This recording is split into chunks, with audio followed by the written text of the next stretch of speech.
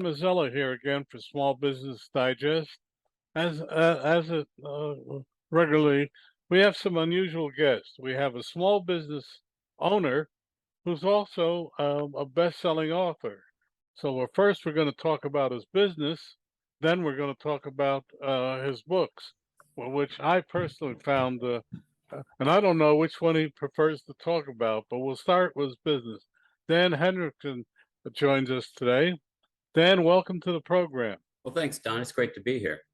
Well, as we ask all our guests, first we ask them a little bit about their personal background, then about their small business background, and finally a website for that, and then we'll do the book later on.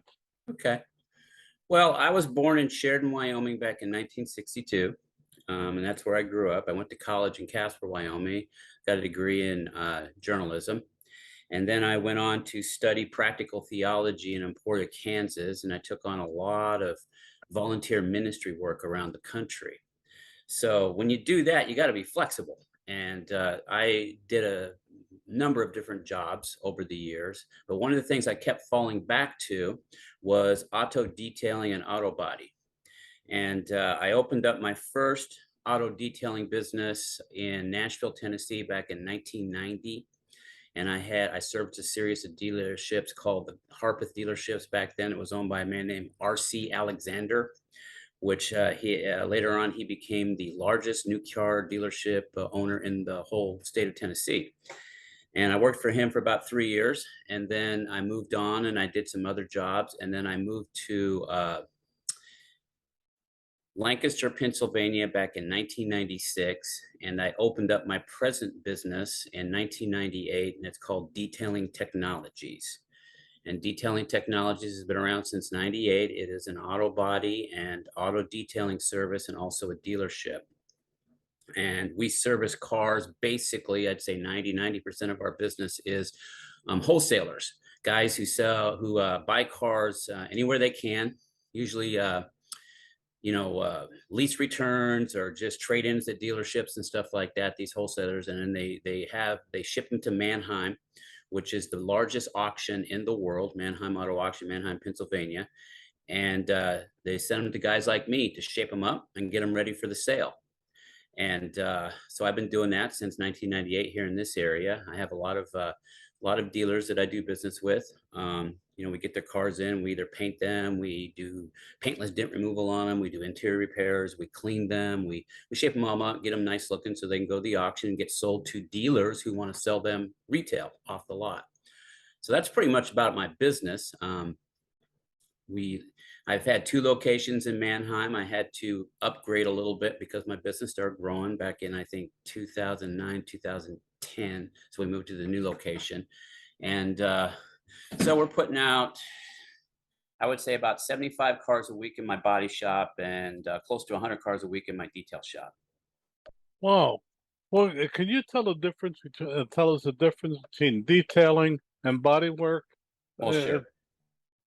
Detailing is kind of the final thing. Body work is, of course, you get cars that come in, they got bumpers that are all scraped up and gnarled up from city life, and you got dents and scrapes and panels and rust and all that kind of stuff. Body shop does all of that. So we get in there and we'll repair the bumper, we'll replace the bumper, then we'll paint it. We'll repair doors and panels and stuff, and then we'll paint them. We're a full operating body shop. And the new thing about my body shop is my whole shop, since there's so much volume of business that goes through, and we got to get these cars done every week, hopefully for the dealers. My whole body shop is a paint booth, and I don't just have one little paint booth in a corner of my shop that I can pull a car into and then paint it one at a time. But I have an exhaust system that services the whole body shop, and I can park 6 cars in there at a time. So we actually work on and prep 6 cars, and then we'll turn on the exhaust system and we'll paint them all right there. So that's body work. And then detailing is the final stage, and you bring the car in, You give it a really good wash. We called it a degrease because what we do is we take the car and we not only wash it, but we also cleanse the engine, the door jambs, the trunk jambs, a little bit underneath the undercarriage and all that. We just get it completely clean all the way around. And we have this process called claying, which takes, it's just a piece of clay, but it's a fantastic invention. What it does is you rub it on the surface of the car and it'll take off all the fallout and stuff and all the roughness on the paint. So you can strip the paint down to the real paint and get all the old wax off and stuff and everything else. And then after that, we'll buff it with high-speed buffers, orbital buffers, and we'll get the paint all looking nice and fresh and smooth and clean. And then we'll get it up into the detailing area of the auto detailing shop, and we'll have a crew working on the interior that scrubs the interior. We scrub the vinyl, the upholstery, the carpet, everything, just get it all scrubbed down. Then we take some dressing, we dress it up, and then we have guys out there that are waxing it and touching it up so it makes it look real nice, and then making everything just look perfect to the point that we get it outside, it's ready for the sale. Hmm. Well, when I buy a car, it never looks as good as it did in the showroom, no Yeah. matter what I did. Uh-huh. And but it's interesting. Is there enough profit between buying it someplace, bringing it to you, then bringing it to an auction, and then finally selling it on the lot? Is there enough profit in Yes. that? Yes, and it's all in the wholesale end of the business. There are two entirely different economies going on in the automobile sales business with used cars. You got the retail end, you got the wholesale end. There are, like, everybody's familiar with the Kelly Blue Book and all that stuff, and that gives you retail prices on cars. There's a black book that's available to dealers that they buy, that they can figure out how much a car is worth according to the wholesale prices. And believe me, the lines have gotten a little bit less over the years because the profit margin is not as good as it used to be, but it's still there. So a guy can buy a wholesale car for wholesale prices, and then he can get it shaped up at a place like mine and sell it through the auction and then make a little bit more money, but that's still on the wholesale end. In the auction, when they ship it to the dealer puts it out on his lot for retail prices. So a lot of retail people don't like to hear this because they know that car is being sold for a lot less than they're paying for it. But there's a lot that goes into that car before it goes to the retail lot. Mm. Yeah. It's just fascinating. I'm coming to the end of my lease on my car, and Uh-huh. it's in such beautiful condition. I don't want to give it up, you know. Um, but I frankly don't want to spend the money to buy the car because I leased it. Yeah. To me, leasing, if you're a business owner, is still the smartest thing to do because you have that write-off every month. Oh, and not only that, uh, but you also have the ability to take it to the dealership whenever something needs to be done to it, and they're going to pay for it. So Yes. that's part of the deal with the lease. I think lease is a great idea for a lot of people. I know my son leases a car, his wife leases a car, and they've been doing that for now 2 cars now. He's a lieutenant in the Coast Guard, and she's a NICU nurse. And they just don't want to mess with the whole owning of a car and all that stuff and letting it depreciate. They lease it for 2 years, and then they just go get another one. And really, the dilemma, and you probably know this, Ron, it's mental. You go put like a couple $1,000s into something, you feel like you need to get something out of it besides just use. So Hmm. leasing's not for everybody if you're like that. Well, what I try to explain to people is, a car's not like a house. A car will never appreciate unless Hmm. unless it becomes a classic someday, Hmm. which is very rare. But a car will always lose value, and it will continue to lose value until you get rid of it. And it's just like a tool. That's what a car is. It's a tool. And so it's a very expensive tool. It's probably the second most expensive thing that you're going to buy most of the time, but it's still a tool. And so, if you can get it out of your head that you need to get something out of your investment besides use, then yeah, leasing is a really good idea. I really like it. Okay. Well, I guess my next question, you moved from Tennessee to Pennsylvania. What made you decide to move? Well, like I said, I'm a I've done a lot of Christian ministry work over Oh, the years, and I get assignments, and it's all volunteer. So I've been assigned to, Washington D.C. I've been out in Emporia, Kansas. I've been in, Nashville, Tennessee. I've been here, and I've been other places. And it's just I go where I'm asked to go if I can do it. Um, and when I do that, I just have to take what skills or experience I have to go make a living wherever I can. And over the years, I've saved up enough money where that if I need to go from one sped to another, I can usually start up a business. And I usually make a little bit of money off the business that I had, so that I have that with me, so I can start up again someplace else. But yeah, that's really the reason. that's interesting. Can you tell us a little bit about your ministry? Because this is a whole new facet that I didn't even hear about. Oh, okay. Well, I'm a I'm what you call a lay minister, and what I do is my specialty is teaching Bible classes and teaching people how to read and understand the Bible. And I got trained in Emporia, Kansas, at the Way College of Emporia back in 1985, and that's where I got my degree. And I've accepted assignments ever since. We hold home fellowships in areas. We have like a series or networks of home fellowships throughout the country and world. And I'm what you call a Way Corps minister. I graduated from the Way Corps program for the Way International. And as a minister, they ask you to take on assignments sometimes, and you can take them or you can decline them. Most of the time I've tried to take them, and it's been very interesting because I got to move around the country and had a lot of interesting experiences doing so.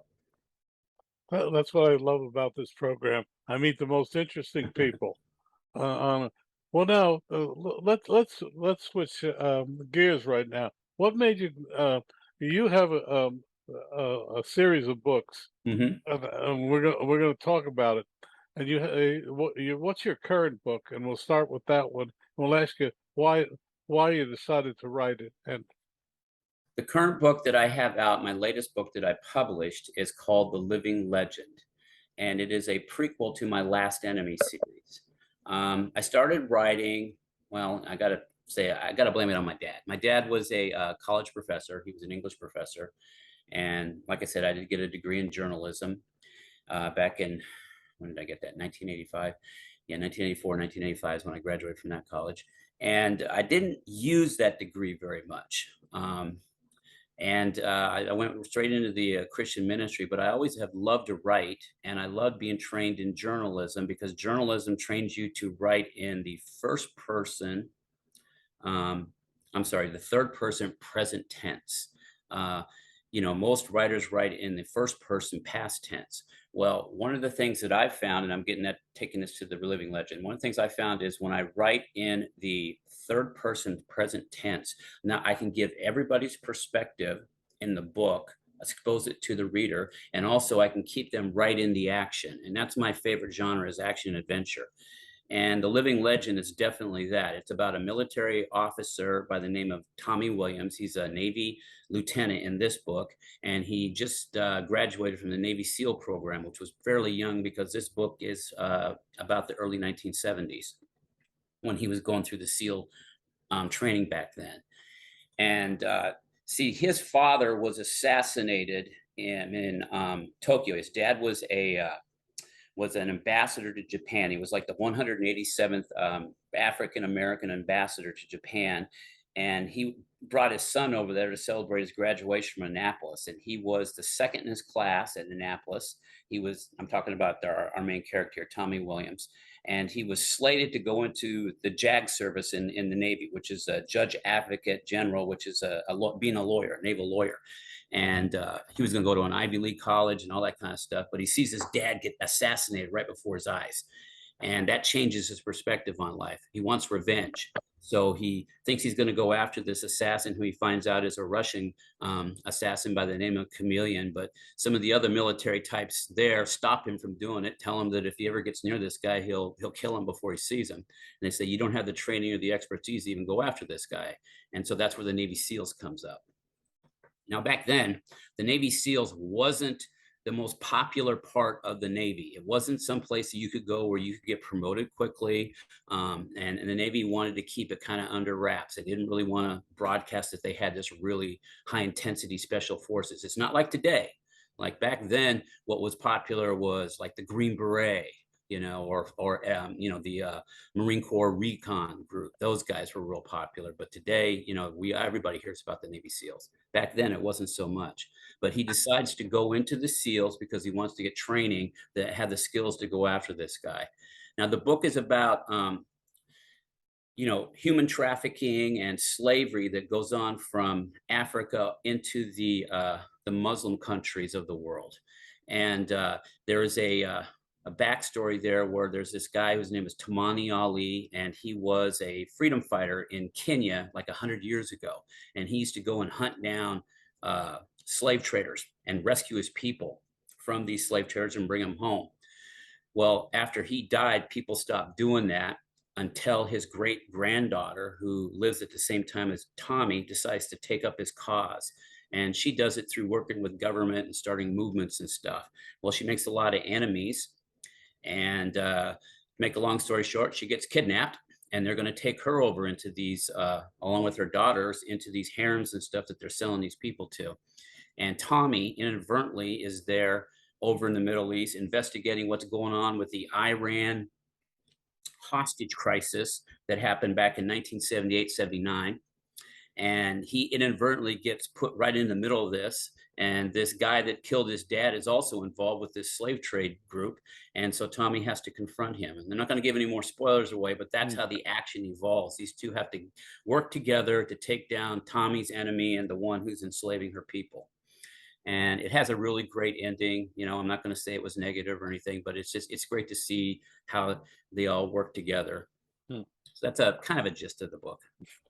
So as a small business owners are supposed to be 24/7 on the business. Uh, how do you manage the two?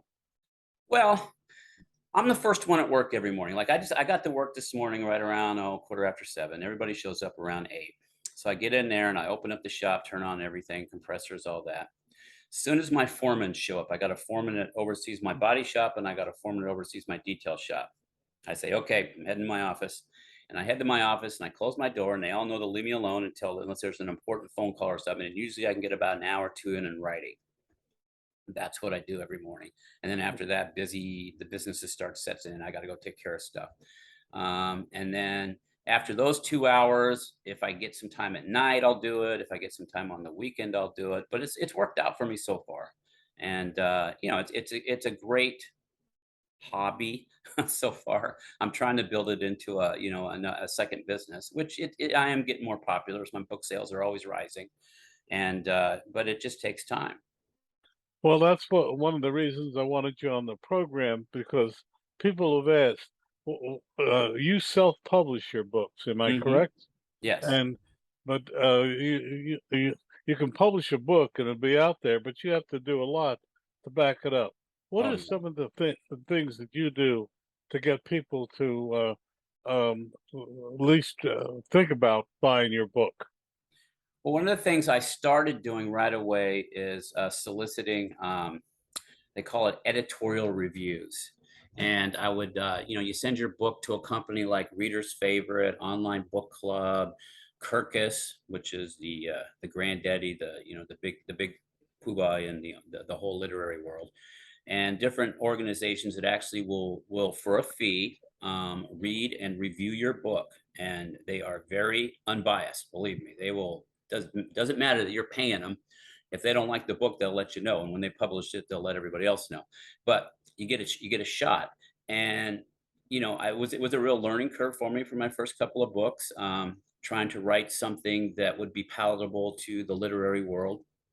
But I started to learn how to get good reviews from these guys. And as I did that, then I would, get press releases and get them to advertise the reviews. And this all costs money, and get them to, post them reviews to editorial side on Amazon and Barnes and Noble and other sources. And that started to get my name out there a little bit, just a little bit. The only thing you do is you just really have to be active on social media. You have to be active on Twitter and Facebook and other things, and you have to kind of promote yourself. One thing I just did this weekend is I went to a book signing where there was like probably 70 different authors right here in my local area. And I just set up my table and put all my books out there and waited for people to walk by, and I talked to them about it. Stuff like interviews, just anything that you can do to get yourself recognized. I mean, when you become an author in this day and time, you are like a teeny little minnow in a huge ocean. And you just got to get noticed somehow. One of the best way to get noticed is to get a lot of customer reviews from Amazon or from Barnes and Noble or different sources. That really helps, because that puts you on their algorithm where when people do searches, your book will come up more. So that's Well, tough, but you can't solicit that stuff. You got to just you just got to pray and believe someone's going to read it and like it and say something nice about it. hmm Well, Yeah. obviously that's the case. If I've looked at your book, what do you think are some of the reasons that people like your book so much? I liked the one that I've read. So, um, My opinion is, number one, I think that the action adventure, that the third person present tense really helps people stay with it. The one comment that I consistently get in reviews is, I can't put it down. I can't put it down. And that's a great compliment. That is, but it's a technique also. If you're going to give action adventure, you're going to describe a fight scene, whether it's physical fighting or fighting with weapons. You got to take your reader and you got to put them right there into the action with you, so that mhm. they're understanding it. And that goes for everything. And if you got a romance, and you got to learn you can't just tell a story about a person and their romance. You got to put them right there in it with them, let them emotionally connect. And so with me, and what's really, I think, gave me a little notoriety is the fact that people can connect with that present tense, where it's not telling a story of something happened in the past. It's almost like it's happening right now. And that's how Well, we were trained as journalists to do, just tell the story like it's happening right now. well, now if people want to know about your books. What's your website? For the books, it's danehendrickson.com. It's all lowercase, DAN, lowercase e, Hendrickson, HENDRICKSON.com. And everything's on there. All my books, a bunch of reviews, different things that I've done, and different awards that the books have received over the years. Like one of my most popular books, digressing a little bit, is this one, Brandy, Ballad of a Pirate Princess. This one has won, I think, 4, maybe 5 awards already. It got Historical Fiction of the Year with Online Book Club. It's won a romance and women's fiction with Feathered Quill. And it's a very popular book. And speaking of awards, The Living Legend just got awarded as a finalist in American Book Fest for war military African American. Hmm. So I was very proud of that. And so that was the first award that it's gotten. And I just entered it into a bunch of awards recently. But that was the first one that came through. So your hero's an African American. Yes, he is. Okay. Now, there's a good story behind that too, because when I was in security and law enforcement, and I served with a guy for a couple of years who became a very good friend of mine. His name is Perry Priester. And Perry was a African American man who was a helicopter pilot for the Army. But before that, he was in the Marine Corps, and he was a gunny sergeant. And after he was a helicopter pilot for the Army, he retired. And he went into Homeland Security. What do you call that? Homeland. Yeah. So he went in Homeland, and he trains agents with that Hmm. organization. So he spent his whole life, either in the military or in the in law enforcement. And so he beta read that book for me and gave me his comments, and then I dedicated it to him. Okay. He's a great guy. And really, honestly, the Living Legend is not just dedicated to Afro Americans, but it's dedicated really to all these guys that gave themselves in service. These special forces guys, what they go through, it was hell. Their training and stuff, and the sacrifice and the service that they do for our country is just absolutely amazing. Hmm.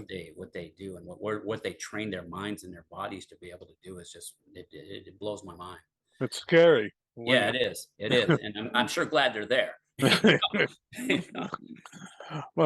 Well, we just have a couple. First off, your website again for your shop and for your books. Okay, Let well, the website for the shop is detailtechlive.com. So it's detail, DETAIL, live, detail tech, TECH, and then live. It's all lowercase, detail tech, TECHLIVE, live.com. And that's my business, and all the stuff you want to know what we do in the business is on there. And then the website for the books is Dan E. Hendrickson, just my name, danehendrickson.com. And I told you how to spell that earlier. Well, we just have a couple of minutes left. What would you like to leave our audience with? Well, I mean,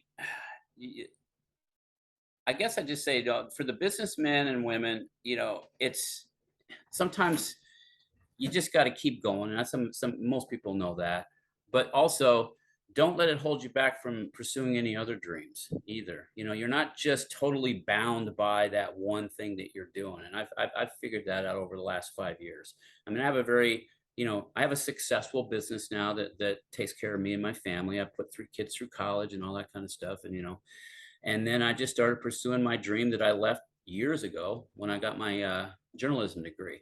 And I'm still able to do that and run my business and do other things. And if you dig down deep, you got a lot more than you think you do.